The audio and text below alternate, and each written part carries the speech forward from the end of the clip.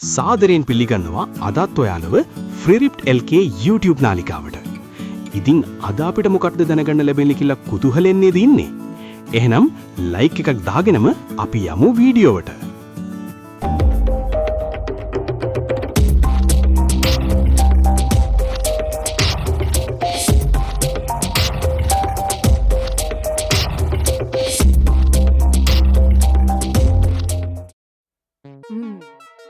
අපි සාමාන්‍යයෙන් හිතන ඕනේ විද්‍යාවට හැම දෙයකටම හරියටම උත්තර තියෙනවා කියලා. ඒත් අද අපි මේ කරන ගැඹුරු විමර්ශනයට පදනම් වුණු ස්වභාවික විපත් සහ විද්‍යාව කියන මූලාශ්‍ර දිහා බැලුවාම තේරෙනවා ඒක හැම නැහැ කියලා. ඔව් ඒක ඇත්ත. ස්වභාව ධර්මයේ කෝප වුණාම විද්‍යාවටත් කරන්න පුරන් දේවල් ගොඩක් සීමිතයි. අනිවාර්යෙන්.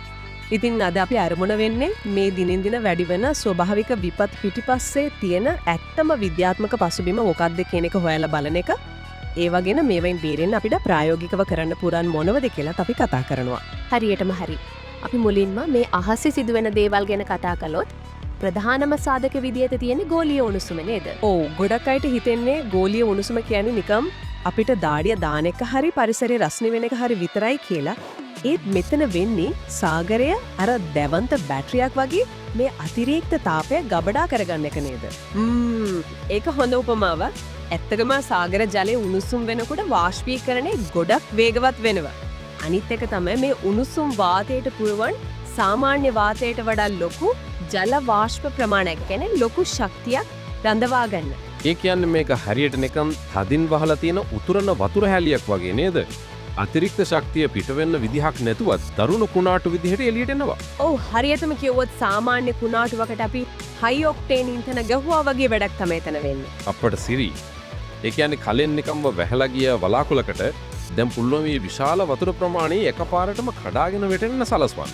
අනිවාර්යෙන්. ඒකයි මේ කුණාටුවල තීව්‍රතාවය මේ තරම් වැඩි වෙලා තියෙන්නේ.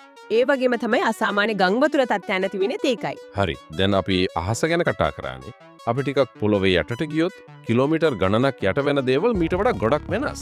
ඔව් අහසේ දේවල් අපිට චන්ද්‍රිකා වලින් බලන්න පුළුවන් වුණාට භූමිකම්පා වගේ දේවල් වලදී තත්ත්වය ටිකක් බරපතලයි. ඒකනේ මේ ටෙක්ටොනික් තැටි නැත්තම් පෘථිවි තැටි ගැටෙන නිසා භූමිකම්පා වෙනවා කියලා අපි දන්නවා. හැබැයි මට තියෙන ප්‍රශ්නේ තමයි තාක්ෂණය මේ තරම් දියුණු කාලකත් ඇයි අපිට බැරි හරියටම භූමිකම්පාව කියන වේදාව කලින් කියන්න? ඒකට හේතුව තමයි මේ තැටි එකිනෙක ඝර්ෂණය වෙලා හිර වෙලා තියෙන විදිහ අපිට ඇහැට පේන්නේ නැහැ. දශක ගණනාවක් තිස්සේ මේවයි පීඩනය එකතු වෙනවා.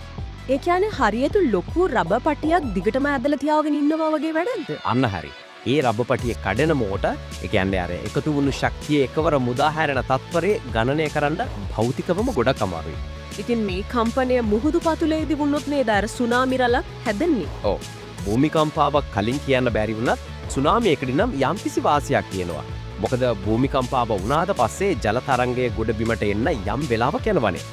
ඒ කියන්නේ මුහුදු පතුලේ තියෙන සෙන්සර්ස් වගේ දේවල් වලින් අපිට අනුතුරු අංගවන්න පුළුවන්. හරියටම හරි.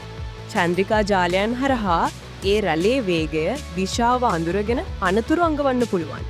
හැබැයි ඉතින් කම්පනයේ තියෙන ගොඩබිමට කිට්ටුල නම් අපිට තියෙන කාලය ගොඩක් සීමිතයි. ඒක ඇත්ත. උතුම්ට තාක්ෂණයට හැමදේම කරන්න බෑ කියන එක පැහැදිලි. ඉතින් අපි කොහොමද මේ වගේ විපත් වලින් බේරෙන්නේ? අපිට කරන්න පුළුවන් ප්‍රායෝගික දේවල් මොනවද? මෙතනදී තමයි අපි අපේ දේශීය පරිසර පද්ධති රැකගන්න එකේ වටිනාකම තේරුම් ගන්න ඕනේ. උදාහරණයක් විදිහට කඩොලාන පද්ධතියක් ගමුකෝ. ඔව්. ඒ වගේ දේවල් වලට පුළුවන් නේද ලොකු ස්වභාවික පලිහක් විදිහට වැඩ කරන්න? අනිවාර්යෙන්ම. සුනාමි රැළක් හරි කුණාටු සැඩ රැළක් හරි එනකොට මේ කඩොලාන මුල් සහ අතු පද්ධතිය අර ජල කන්දේ තියෙන චාලක ශක්තිය උරාගෙන ඒකේ වේගය බාල කරනවා. ඒක මාරේනේ.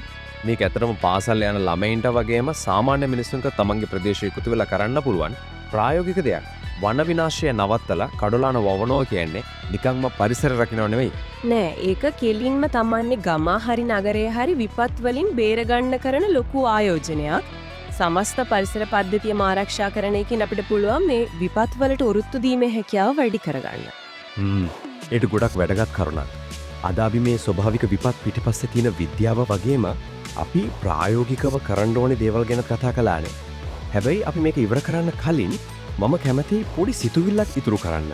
මොකද අපි කලින් කිව්වනේ භූමිකම්පාවක් හරියටම පුරෝකථනය කරන්න බෑ කියලා.